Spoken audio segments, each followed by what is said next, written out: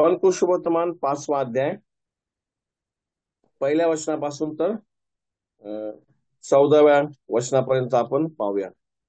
नंतर यहुद्याचा सण होता, तेव्हा येशूवर यरुशलेमेस गेला. यरुशलेमेत मेंढरे दरवाजाजवळ एक तळे आहे, त्याला इब्री भाषेत बेतसदा म्हणतात.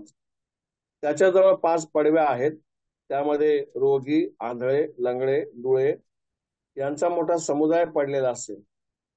ते पाणी हलण्याची वाट पाहत असत, कारण की देवदूत वेळोवेळी तळ्यात उतरून पाणी हलवत असे, आणि पाणी हलवल्यानंतर त्यात प्रथम जो जाई त्याला कोणताही रोग असला तरी तो बरा होत असे. त्याचे 38 वर्षे आजारी असलेला कोणी एक माणूस होता. येशूने त्याला पडलेले पाहिले आणि त्याला तसे पडून आता बराच काळ लोटला आहे हे ओळखून त्याला म्हटले, तुला बरे होण्याची इच्छा आहे काय? त्या दुखणेकराने त्याला उत्तर दिले, महाराज, पाणी उसळते तेव्हा मला तळ्यात सोडायला माझा कोणी माणूस नाही. मी जातो न जातो तोच दुसरा कोणीतरी माझ्या आधी उतरतो. येशू त्याला म्हणाला, उठ, आपली बाज उचलून घेऊन चालू लाग. लगेचच तो माणूस बरा झाला व आपली बाज उचलून चालू लागला. त्या दिवशी शब्बात होता. यावरून यहुदी बऱ्या झालेल्या माणसाला म्हणाले, आज शब्बात आहे, बाज उचलणे तुला योग्य नाही. त्याने त्याला उत्तर दिले, ज्याने मला बरे केले त्यानेच मला सांगितले की आपली बाज उचलून घेऊन चालू लाग. त्यांनी त्याला विचारले, आपली बाज उचलून चाल असे ज्याने तुला सांगितले तो कोण माणूस आहे? तो कोण आहे हे त्या बऱ्या झालेल्या माणसाला ठाऊक नव्हते, कारण त्या ठिकाणी लोकसमुदाय असल्यामुळे येशू निसटून गेला होता. त्यानंतर तो मंदिरात येशूला भेटला, तेव्हा तो त्याला म्हणाला, पहा, तू बरा झाला आहेस, आता पासून पाप करू नकोस, करशील तर तुझे पूर्वीपेक्षा अधिक वाईट होईल. देवबाप वाचलं वचन आम्हा सर्वांसाठी आशीर्वादाचं आणि लाभाचं असं करो. त्या ठिकाणी या बेतसदा तळ्याजवळ असलेल्या या पंगू माणसाला प्रभू बरा करतो, हा एक चमत्कार या ठिकाणी आम्ही पाहतो. एक 38 वर्ष तो त्या ठिकाणी माणूस त्या तळ्याजवळ पडलेला आहे. त्या तळ्यातील पाणी जेव्हा हलते तेव्हा जो कोणी त्या पाण्यात उतरेल तो बरा बरा होतो, असा यहुदी लोकांचा त्यावेळेस विश्वास होता. आणि बरा होण्याच्या अपेक्षेने हा 38 वर्षे तिथे पंगू मनुष्य जो आहे तो 38 वर्ष बरा होण्याच्या अपेक्षेने तिथे पडून होता. आणि त्याला त्या पाणी हलतं तेव्हा त्या तलावामध्ये त्याला घेऊन जाईल असा कोणी माणूस त्याच्या जवळ नव्हता. आणि अशा वेळेस प्रभू ख्रिस्त तिथे आला आणि प्रभू ख्रिस्ताने त्याला विचारलं, तुला बरे होण्याची इच्छा आहे काय? तिथे बरेचसे लोक त्या आजारी होते, बरेच तिथे दुखणेकरी होते. आणि तिथे असं म्हटले की तिथे लंगडे, आंधळे, लुळे, अनेक रोगी त्या ठिकाणी होते. परंतु एक महत्वाची गोष्ट आमच्या लक्षामध्ये इथे येते की प्रभू ख्रिस्त ह्याच माणसाजवळ गेला जिथे तो 38 वर्ष तो तिथे पडलेला आहे. आणि प्रभू ख्रिस्ताने त्याला विचारलं, तुला बरे होण्याची इच्छा आहे काय? ह्या ठिकाणी देवाची कृपा आम्हाला पाहायला मिळते. अनेक रोगी तिथे आहेत, परंतु प्रभू ख्रिस्त त्या एकाच व्यक्तीजवळ गेला. त्या प्रभू ख्रिस्ताने त्याच्यावरती केलेली दया, त्याच्यावरती केलेली प्रीती आणि कृपा हे आम्हाला ह्या ठिकाणी पाहायला मिळतं. आम्ही आमच्या तारणाच्या बाबतीत जर पाहिलं तर अनेक लोक ह्या जगामध्ये आहेत. ज्या शहरामध्ये, ज्या गावामध्ये आम्ही राहतो तिथे अनेक लोक आहेत, परंतु देवाने आमच्यावरती प्रीती केली, आमच्यावरती कृपा केली, आमच्यावरती दया केली आणि आम्हाला त्याने त्या पापापासून त्याने मुक्त केलं. सार्वकालिक जीवन त्याने आम्हाला दिलं. मनुष्य किती असाही असा मनुष्य आहे. तो मनुष्य 38 वर्ष चाललेला नाही, उठलेला नाही, आणि तो बऱ्या होण्याच्या प्रतीक्षेमध्ये 38 वर्ष मनुष्य असाही असा आहे. मनुष्य स्वतःहून त्या तो उद्धार किंवा तारण हे स्वतःहून तो हस्तक्षेप करण्याचा किंवा मिळवण्याचा प्रयत्न करतो, उपास करतो, आणि आपला पैसा दान धर्मासाठी तो लावतो, आणि अनेक ज्या धार्मिक ज्या ऍक्टिव्हिटीज आहेत त्याच्यामध्ये तो वेळ घालवतो. परंतु आपल्याजवळ असलेला पैसा, शिक्षण, ताकद आणि सर्व, हे सर्व पापामुळे हे सर्व निर्बल झालेलं आहे. आणि मनुष्य एक त्या पंगू मनुष्याप्रमाणे तो असाही असा आहे. आणि त्याच्यातून ना त्या मनुष्याला त्याचा धर्म वाचू शकत, ना मूर्तीपूजा वापरू शकत, ना धर्माचा आधार, ना कुठल्या गुरु गुरूंचा आधार, हे कुठल्याच गोष्टीच्या द्वारे मनुष्य या पापातून बाहेर पडू शकत नाही. फक्त प्रभू ख्रिस्त आम्हाला त्या पापाच्या बंधनातून, गुलामगिरीतून सोडू शकतो. आणि म्हणून प्रभू ख्रिस्त म्हणाला, अहो पापी आणि भाराक्रांत जनो, अहो कष्टी आणि भाराक्रांत जनो, तुम्ही सर्व मजकडे या, म्हणजे मी तुम्हाला विसावं देईन. आम्ही स्वतःच्या प्रयत्नाने आम्ही काही करू शकत नाही. आमचा प्रभू ख्रिस्त आमच्यासाठी त्या वधस्तंभावरती मरण पावला. त्याने आपलं स्वतःचा प्राण त्या वधस्तंभावरती दिला, आपलं रक्त सांडलं, आणि आम्हाला त्याने त्या महाभयंकर अशा पापाच्या रोगापासून त्याने आम्हाला बरं केलं. आज तो प्रभू ख्रिस्त स्वर्गामध्ये आहे. तो एक दिवस आम्हाला घेऊन जाण्यासाठी येणार आहे. परंतु जर कोणी अजूनही त्या प्रभू ख्रिस्तावरती विश्वास ठेवलेला नसेल आणि आपला उद्धारक तारणारा म्हणून स्वीकारलेला नसेल, प्रभू त्याला आज प्रश्न विचारतात, जसं त्या 38 वर्षे त्या ठिकाणी पडून असलेल्या माणसाला विचारलं, तुला बरे होण्याची इच्छा आहे काय? तुला तुझ्या पापापासून मुक्त होणे? आम्हाला खरं पाहिलं तर ही दुःखाची गोष्ट आहे की आम्हाला काही रोग आहे, आम्ही पापामध्ये आहोत, हेच आम्हाला समजत नाही.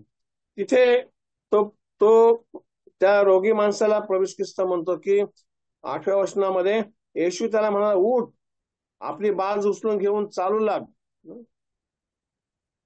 प्रभू ख्रिस्ताचं त्याच्या शब्दामध्ये असलेलं सामर्थ्य आम्हाला पाहायला मिळतं. आणि 9व्या वचनामध्ये पहा, लगेचच तो माणूस बरा झाला व आपली बाज उचलून चालू लागला.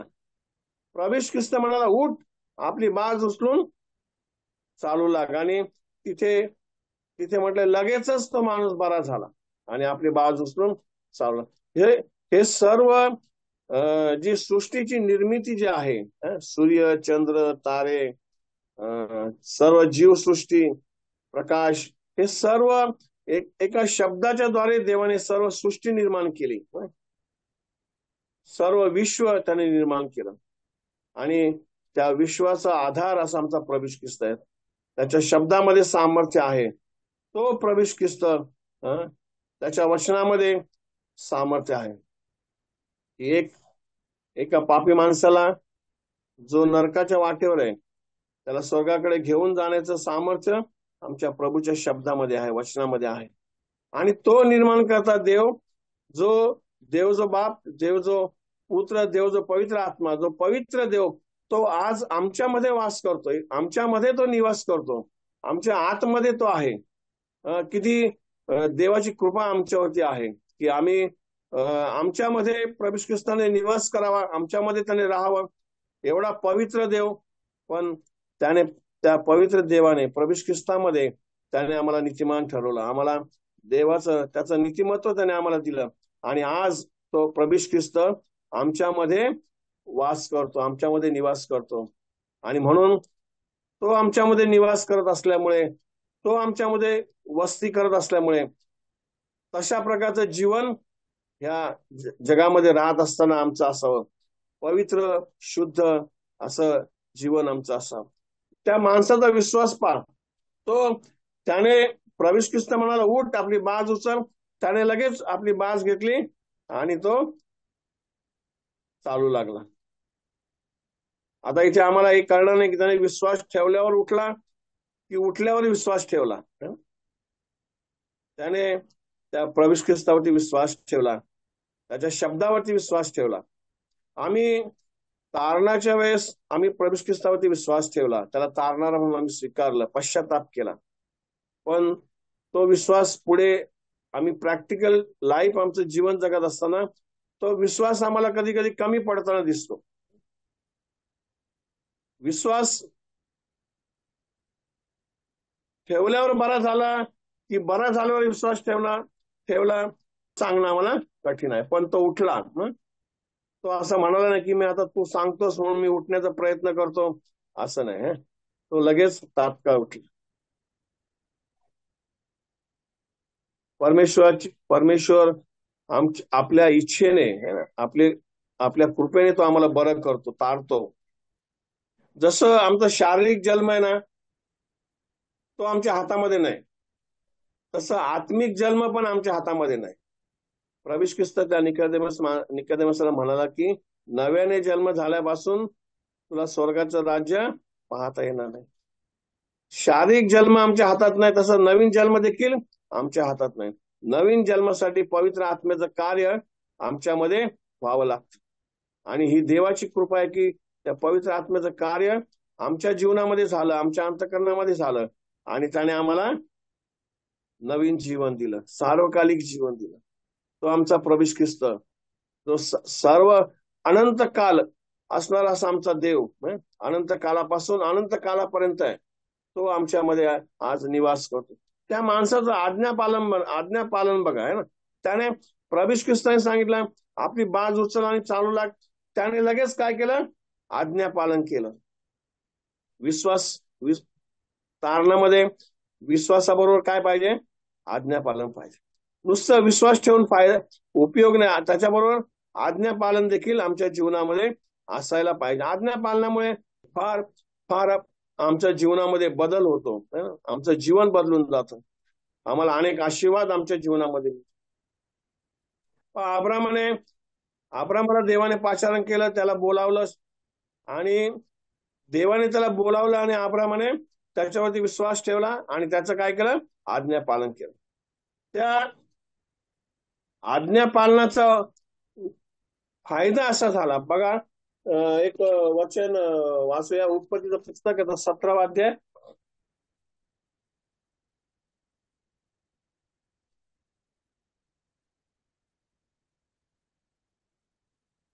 आणि 7वं वचन बघा. उत्पत्तीचं पुस्तक 17वा अध्याय आणि 7वं वचन. तिथे असं म्हटलंय की मी तुझा व तुझ्या मागे तुझ्या संतानाचा देव राहीन, असा निरंतरचा करार मी तुझ्याशी आणि तुझ्या पश्चात तुझ्या संतानाशी पिढ्यानपिढ्या करतो. पहा किती मोठा आशीर्वाद देवाने दिलाय. परमेश्वराने अब्रामाला सांगितलं तू आपला देश, आपलं गणगोत्र, आपले नातेवाईक सर्व सोडून तू माझ्या मागे. आणि तो परमेश्वराच्या सांगण्याप्रमाणे निघाला. परमेश्वराने त्याला सांगितलं की तुझ्याद्वारे सर्व राष्ट्रे, सर्व कुळे आशीर्वादित होते. पण इथे एक फार मोठा आशीर्वाद देवाने त्याला दिला. देव त्याला म्हणाला मी तुझा व तुझ्या मागे तुझ्या संतानाचा देव होईल. प्रिय बंधू आणि बहिणींनो, आज आपल्या मुलांचा देव कोण आहे? जिवंत परमेश्वर प्रभू ख्रिस्त, तो आमच्या मुलांचा देव आहे. हे जगातल्या गोष्टी आमच्या मुलांचा देव आहे? आमच्या मुलांच्या जीवनामध्ये जग आहे का आमच्या मुलांच्या जीवनामध्ये देव आहे? हे आम्ही लक्ष दिलं पाहिजे. आणखीन त्याला पहा आशीर्वाद दिला तिथे 26व्या अध्यायामध्ये बघा, त्यात उत्पत्तीच्या 12 वचन, 26वा अध्याय 12 वचन. इसाकाने त्या देशात धान्याची पेरणी केली आणि त्याला त्याच वर्षी 100 पट पीक मिळाले आणि परमेश्वराने त्याचे कल्याण केले. त्याच्या अब्रामाच्या आज्ञापालनामुळे त्यांच्या मुलांना आशीर्वाद मिळाला, इसाकाला आशीर्वाद मिळाला. इसाकाने त्या देशात धान्याची पेरणी केली आणि त्याला त्याच वर्षी किती पट पीक मिळालं? 100 पट. त्याचं कारण काय? त्याच्या वरच्या 5व्या वचनामध्ये बघा, 26, उत्पत्ती 26:5. कारण अब्रामाने माझा शब्द मानला, माझे सांगणे ऐकले, माझे आज्ञा, माझे नियम व माझे कायदे पाळले. आज्ञा पालनामुळे आम्हाला आणि आमच्या मुलाबाळांना मिळणारा आशीर्वाद आम्ही या विश्वास कारणासाठी आम्ही विश्वास ठेवला, पण विश्वासाबरोबर आज्ञा पालन देखील महत्वाचं आहे. हा मनुष्य बघा 38 वर्ष पडलेला आहे. त्याने मनामध्ये अजिबात शंका आणली नाही की 38 वर्ष मी ह्या ठिकाणी पडलेला आहे, मी कसा उठणार. पण तो उठला आणि त्याने प्रवेश ख्रिस्त म्हणाला, उठ, आपली बाज उचलून चालू लाग. आणि तो लगेचच उठला, लागलीच उठला. आणि उठल्यावर काय झालं? तो चालू लागला आहे ना. तिथे ते त्या योहानाच्या 5व्या अध्यायामध्ये परत येऊया आम्ही. तिथे असं म्हटलंय, 9वं वचन, लगेचच तो माणूस बरा झाला व आपली बाज उचलून चालू लागला. का तिथेच पडून राहिला? तो असं म्हटलं का आता मी इथेच बरा आहे, 38 वर्ष झाले, आता मी बाहेर जाऊन काय करू? आणि नंतर तो कुठे सापडला? मंदिरात सापडला. 14 वर्ष, तो 13 आणि 14 वर्ष वाचलं तर तिथे असं म्हटलं, तो कोण आहे हे त्या बऱ्या झालेल्या माणसाला ठाऊक नव्हते. कारण त्या ठिकाणी लोकसमुदाय असल्यामुळे येशू निसटून गेला होता. त्यानंतर तो मंदिरात येशूला भेटला. बरा झालेला मनुष्य कुठे भेटला? मंदिरामध्ये भेटला. आम्ही विश्वास ठेवला, उद्धार पावलं, आज्ञापालन आमच्या जीवनामध्ये. आम्ही कुठे असलं पाहिजे? देवाच्या लोकांच्या संगतीमध्ये, आम्ही मंडळीमध्ये आम्ही असायला पाहिजे. तो इकडे तिकडे भटकत नाही राहिला. तो पहिल्यांदा कुठे गेला? मंदिरामध्ये गेला. आमचं जो उद्धार झालाय, तारण झालाय, तर आम्ही त्याच्या विरुद्ध वागू नये. लोक बरेच जण असं सांगतात की माझं तारण झालंय, पण त्यांचं वागणं तारणाच्या विरुद्धच असतं. त्यांचा उद्धार झाला असं सांगतात, पण वागतात त्याच्या विरुद्ध. दिवसभरातून 100 वेळा खोटं बोलतील, 100 वेळा शिव्या देतील आणि रात्री शांतीने झोपतील. सांगतील काय? माझा उद्धार झालाय, तारण झालाय. हा मनुष्य बरा झाला, तो कुठे सापडला? मंदिरामध्ये सापडला. त्याला प्रवेश ख्रिस्ताला तो इकडे तिकडे भटकताना सापडला नाही, तो मंदिरात सापडला. आणि प्रवेश ख्रिस्त त्याला म्हणला की आता तू बरा झालायस, आणि त्याला काय म्हटलं? आतापासून पाप करू नकोस, करशील तर तुझे पूर्वीपेक्षा आमचं उद्धाराच्या वेळेस जे जीवन आमचं होतं, जे पाप आमचं होतं, तेच जीवन आणि तेच पाप आजही आमच्यामध्ये आहे. त्या पापामध्ये आम्ही आनंद मानत आहोत. तो 38 वर्ष आजारी असलेला पंगू मनुष्य प्रवेश ख्रिस्त त्याला बरा करतो. बरा झालेला जो माणूस आहे तो मंदिरामध्ये भेटतो आणि बरे झालं, परमेश्वराला धन्यवाद देतो. आमच्या जीवनामध्ये परमेश्वराला धन्यवाद देणे फार महत्वाचं. 38 वर्ष तिथे मनुष्य पडलेला होता. पापामुळे आजही आमच्या जीवनामध्ये आनंद, शांती हे सगळं हिरावून जातं. देवाची संगती आमची तुटून जाते. म्हणून साऱ्या समस्याचं जे मूळ आहे ते आमच्या पापामध्ये. प्रवेश ख्रिस्त त्याला म्हणाला की आता इथून पुढे पाप करून 38 वर्ष तो तिथे पडलेला होता. आणि प्रभू म्हणाला की आता पाप करशील तर याच्यापेक्षा तुझं वाईट होईल. आता आणखीन काय त्याचं वाईट होणार आहे? 38 वर्ष तिथे पडलेला आहे. पण ज्यावेळेस आम्ही पहिले त्याचा 11वा अध्याय ज्यावेळेस आम्ही प्रभू भोजनाला जमतो, त्यावेळेस आम्ही प्रत्येक वेळेस ते वचन वाचून दाखवतो की जे पावलाला त्या ठिकाणी प्राप्त झालं. तो म्हणला की जो कोणी अयोग्य प्रकारे ही भाकर खाईल अथवा प्रभूचा प्याला पेल त्याच्यावरती काय करेल, दंड ओढवेल. म्हणून पाऊल तिथे म्हणतो तुमच्यापैकी कोणी आजारी आहेत आणि कोणी निद्रा पावलेले आहेत. जास्तीत जास्त आम्ही जर उद्धार पाहून जर पुन्हा त्याच पापामध्ये असो तर तिथे पाऊल म्हणतो की बरेच जण काय रे निद्रा पावलेले, मृत्यू देखील आम्हाला येऊ शकतो. देव बाप करो हे वचन समजण्यास आपणास सहाय्य